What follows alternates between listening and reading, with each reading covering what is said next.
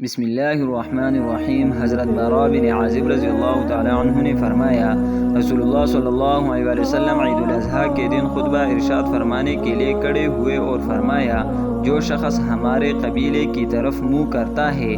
ہماری طرح نماز پڑھتا ہے اور ہماری طرح قربانی کرتا ہے تو وہ اپنی قربانی ذبح نہ کرے حتیٰ کہ نماز عید نماز پڑھ لے۔ میرے ماموں کھڑے ہوئے اور کہنے لگے،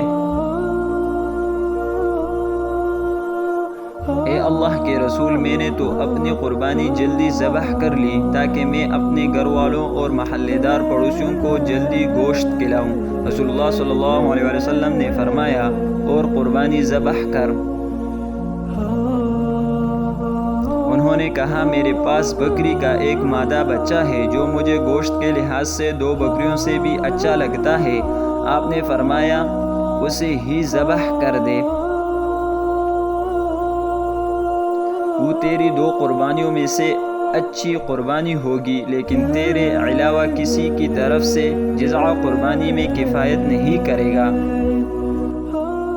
حضرت براء بن عازب رضی اللہ تعالی عنہ سے روایت ہے، انہوں نے فرمایا کہ رسول اللہ صلی اللہ علیہ وسلم نے قربانی والے دن نماز عید کے بعد ہمیں خطبہ ارشاد فرمایا،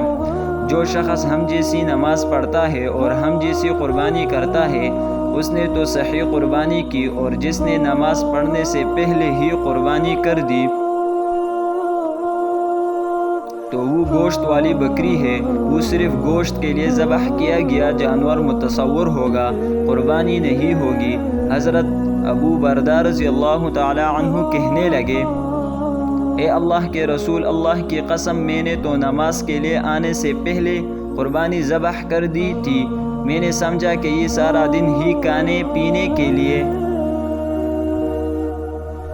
ہے، اس لیے میں نے جلد بازی کی، خود بھی گوشت کھایا اور گھر والوں اور پڑوسیوں کو بھی کھلایا۔ رسول اللہ صلی اللہ علیہ وسلم نے فرمایا، یہ تو گوشت والی بکری ہو گئی، قربانی نہیں ہوئی۔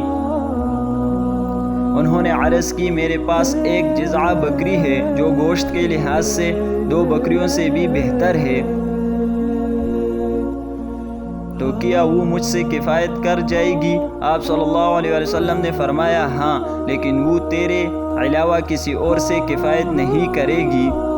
حضرت جندب بن سفیان رضی اللہ تعالی عنہ بیان کرتے ہیں کہ ہم نے ایک دن رسول اللہ صلی اللہ علیہ وسلم کے ساتھ قربانیاں ذبح کی تو دیکھا کہ کچھ لوگ نماز سے پہلے ہی اپنی قربانیاں ذبح کر چکے تھے۔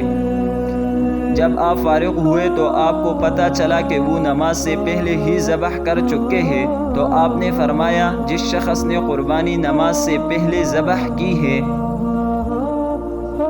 وہ اس کی جگہ اور قربانی ذبح کرے، اور جس شخص نے نماز سے پہلے ذبح نہیں کی وہ اب اللہ کا نام لے کر ذبح کرے۔